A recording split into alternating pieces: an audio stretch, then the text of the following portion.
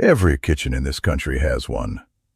The knife at the back of the drawer that used to glide clean through a ripe tomato and now just squashes it flat.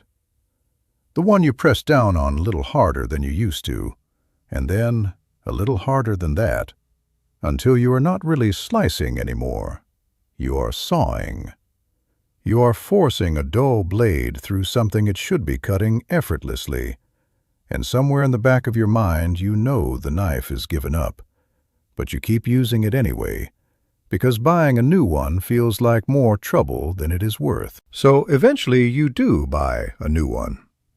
Or you buy one of those electric sharpeners, the little plastic box with slots in it, $30 or $40 at the hardware store, the kind you pull the blade through and it grinds and sparks a little, and hands you back something technically sharper than before. And it works, for a while.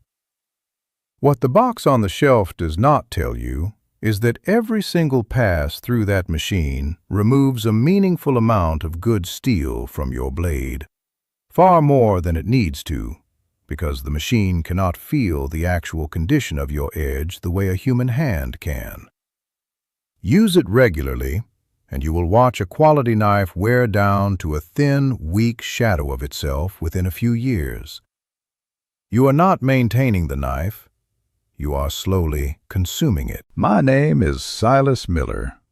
I am Amish, and I farm this land in Lancaster County, Pennsylvania. Every knife in this house, every axe head in my shed, every pair of garden shears my wife owns, gets sharpened the way my grandfather sharpened every blade on this farm for the better part of 70 years. A flat stone, a strip of leather, about 10 minutes of patient, deliberate work.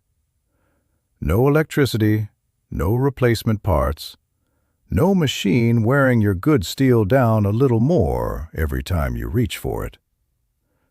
By the end of this video, you are going to know exactly how to take any dull blade in your house and bring it back to a true, clean, working edge.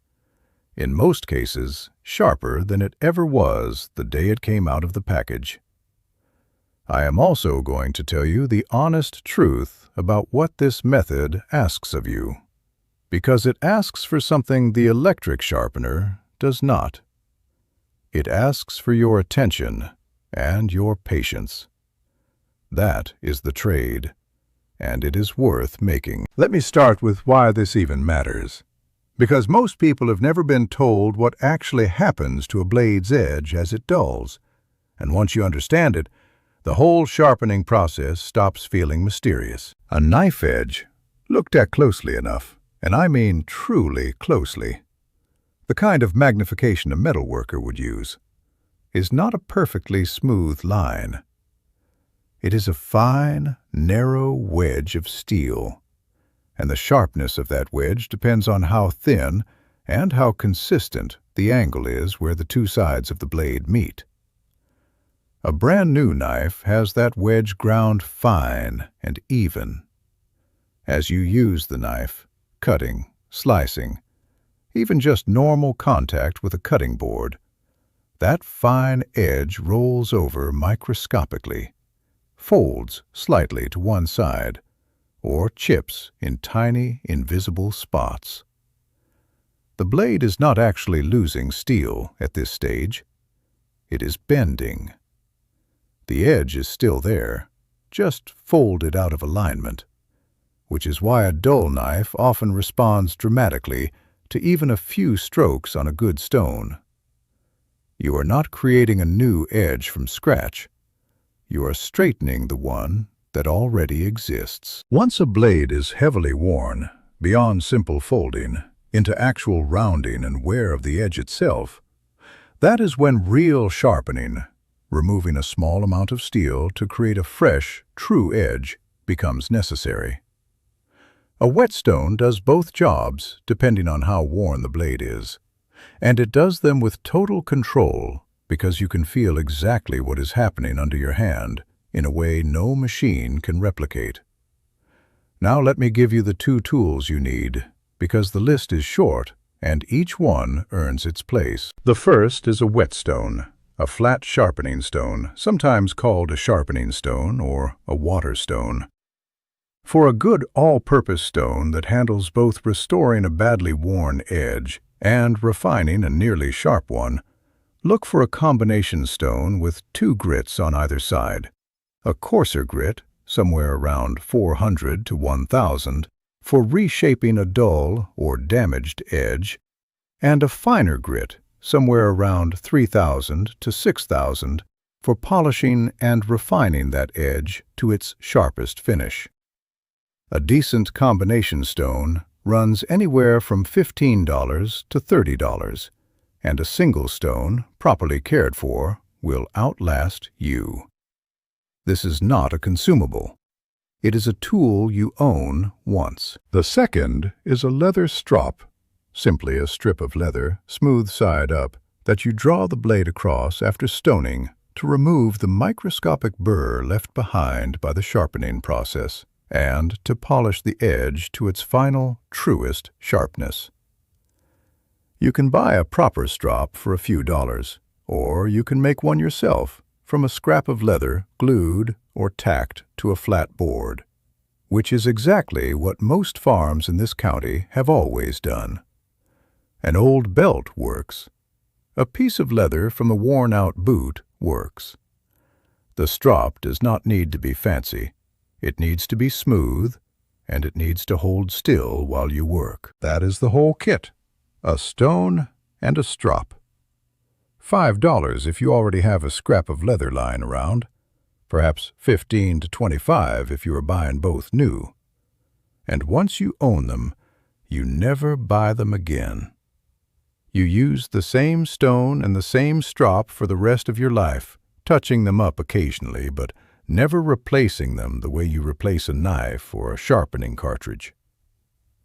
Now, the part that matters more than any other single thing in this entire process: the angle. Every blade has a bevel, the angled section ground into the edge where the 2 faces of the blade meet. Different knives are designed for different bevel angles, depending on their purpose. A typical Western kitchen knife wants roughly 20 degrees on each side. A finer Japanese-style kitchen knife often wants something closer to 15 degrees per side for a thinner, sharper edge that trades some durability for cutting precision. An axe, which needs to withstand much harder impact without chipping, wants a wider angle, often 25 to 30 degrees, to keep the edge thick and resilient. You do not need to measure this with any precision instrument. What you need is consistency. Finding the angle that matches your blade's existing bevel, and then holding that exact angle steady through every single stroke. This is the single thing that separates someone who sharpens a blade well from someone who ruins one. Change your angle halfway through a stroke, even slightly, and you round off the edge instead of refining it, and you will feel the difference in how the blade performs afterward. A simple way to find your angle the first few times: lay the blade flat on the stone, then lift the spine slowly until you feel and see the bevel itself make full contact with the stone surface, not the flat of the blade, just that angled bevel section. That is your angle. Lock your wrist at that position relative to your forearm, and move your whole arm through the stroke rather than rotating your wrist, which is where most people introduce angle drift without realizing it. Now the actual sequence, step by step. If your stone is a water stone, soak it in water for about 10 to 15 minutes before you begin. This allows the stone to develop a slurry on its surface as you work, which is part of what does the cutting and polishing. Some oil stones, instead, use a few drops of honing oil rather than water, so check which kind you have.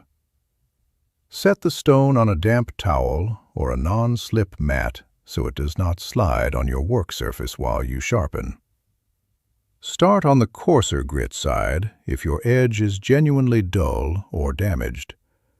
Hold the blade at your established angle and draw it across the stone in a smooth, sweeping motion, leading with the edge moving away from you, applying light, even pressure with your fingers near the tip of the blade to help maintain consistent contact.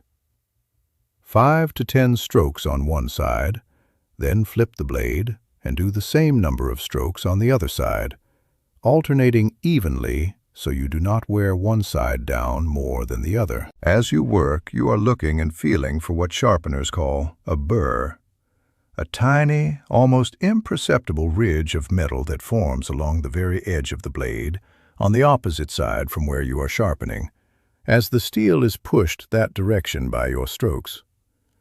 You can feel it by very lightly dragging your thumb sideways across the edge, never along it.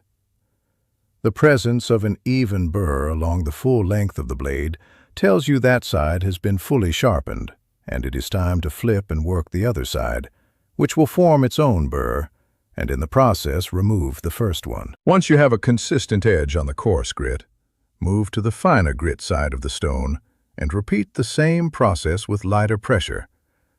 This stage is about refining and polishing the edge rather than reshaping it, smoothing out the coarser scratches left by the first stage and bringing the edge to its final, keenest finish. 5 to 10 light strokes per side, alternating, checking for that same fine burr as you go. Now, the strop. And this is the step most people skip, and it is the step that makes the real difference between a sharp knife and a genuinely exceptional one. Lay your strop flat. Unlike sharpening on the stone, where you lead with the edge moving forward into the stone, stropping is done edge trailing, meaning you drag the blade backward, spine leading, edge trailing behind, so you are polishing and aligning the edge rather than cutting into the leather. Hold the same angle you used on the stone. Draw the blade across the strop in long, smooth strokes, 10 to 15 per side, alternating sides, using very light pressure. The strop is not removing steel, it is removing that last microscopic burr and aligning the very apex of the edge into perfect, straight alignment. When you are done, the edge should feel different from a stone-only edge in a way that is hard to describe until you feel it yourself. Cleaner, smoother. It will glide through paper without catching or tearing. Drawn lightly across a ripe tomato, it should bite into the skin under its own weight, with no sawing motion required at all. For an axe head, the same fundamental process applies, though the wider bevel angle and the larger surface mean you will typically use a coarser stone or even a flat file for the initial reshaping, if the edge has significant damage or rolling, before moving to a finer stone and finishing with the strop the same way. Many farmers, myself included, keep a dedicated round or oval stone specifically for axes and larger tools, separate from the finer kitchen knife stone, simply because the coarser work an axe sometimes needs is harder on a fine stone's surface.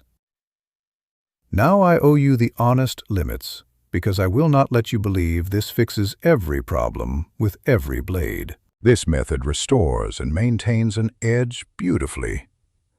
It does not repair serious physical damage, a deep chip, a cracked tip, a blade that has been bent out of true. Those problems need more aggressive grinding, or, in serious cases, a professional with proper equipment, before a stone and strop can take over for ongoing maintenance. This method takes longer than an electric sharpener, and I will not pretend otherwise. A machine takes 30 seconds. This takes 10 to 15 minutes the first time you do it on a truly dull blade, and faster with practice and with regular touch-ups that catch a blade before it gets too far gone. The honest trade is this: 30 seconds of machine grinding removes far more steel than 10 minutes of careful stonework, which means the machine-sharpened knife dulls faster and needs sharpening again sooner, while the stone-sharpened knife, properly maintained, can go years between full sharpenings with just occasional quick strops to keep the edge aligned. This method also has a real learning curve. Your first few attempts will likely produce an edge that is better than what you started with, but not as sharp as what you will be able to achieve after you have done it a dozen times and your hands have learned what consistent pressure and angle actually feel like. This is a skill, not a gadget. It rewards practice the way any hand skill does, and I would rather tell you that honestly than have you try it once, feel discouraged, and give up. And one last honest word, different steels behave differently. A softer steel, common in many inexpensive kitchen knives, sharpens quickly and easily, but also dulls faster and needs more frequent touch-ups.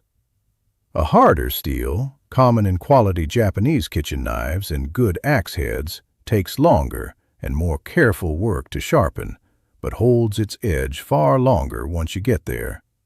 Know roughly what you are working with, and adjust your patience accordingly. Now I want to take a moment because this is the part that matters most. Think about what we just walked through. A stone and a strip of leather, owned once, used for a lifetime, capable of bringing any blade in your house back to a true working edge for the cost of about 10 minutes of attention. And on the other side of that fact, an entire category of disposable sharpening gadgets and disposable knives, all of them built on the same quiet premise that your time and attention are worth less than a purchase, and that it is easier to sell you a replacement than to teach you a skill your grandfather considered as basic as tying his own boots. The electric sharpener is not a scam. It does sharpen a knife. But every single pass through it sacrifices steel that careful stonework would have preserved, which means the knife you bought to last a lifetime, instead, lasts a handful of years before it is thin and weak enough to need replacing. That is not an accident of poor design. That is, quietly, and without anyone ever saying so out loud, a product built to need replacing, both the sharpener and eventually the knife it slowly wears away. My grandfather sharpened every blade on this farm by hand, because that is what every farmer and every craftsman did before the electric gadget convinced a generation that a basic hand skill was too difficult or too time-consuming to bother learning. It was never difficult. It simply asked for patience, and patience does not advertise well on a store shelf next to a box that promises results in 30 seconds. There is no money in a stone you buy once and a strop you cut from an old belt. There is real money in a sharpener you buy today and a knife you replace in 3 years instead of 30. Nobody is hiding this from you. Nobody needs to. A system that profits from your knives wearing out quickly has simply never had a reason to teach you the slower, better way. So here is what I want you to do this week. Find the dullest knife in your kitchen, the one you have been sawing through tomatoes with for months, telling yourself it still works. Get yourself a combination whetstone, or if you already have one tucked away unused, dig it out. Find or make a strop. An old leather belt nailed flat to a board works perfectly fine. Set aside 15 quiet minutes. Soak your stone. Find your angle. Work the coarse side, then the fine side, checking for that burr as you go. Finish with the strop, 10 to 15 light strokes per side. Then test it on a piece of paper or on a tomato, and feel the difference between a knife that cuts and a knife you have been forcing through everything for half a year. Tell me in the comments below, What is the dullest tool in your house right now that you have been putting off sharpening? The kitchen knife? The pocket knife? The garden shears? The old axe in the shed nobody has touched in years? Tell me, and once you have tried this method, come back and tell me how the edge felt afterward. Because the first time most people feel a properly stropped edge, they remember it. I read every single comment. Next time, since we have been talking about taking care of the tools you already own, I am going to show you the old way my people keep a cast iron pan seasoned and protected for generations of use.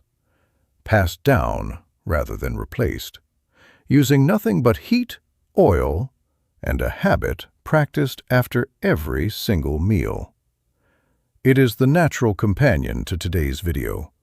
Another lifetime tool properly cared for, instead of another disposable purchase.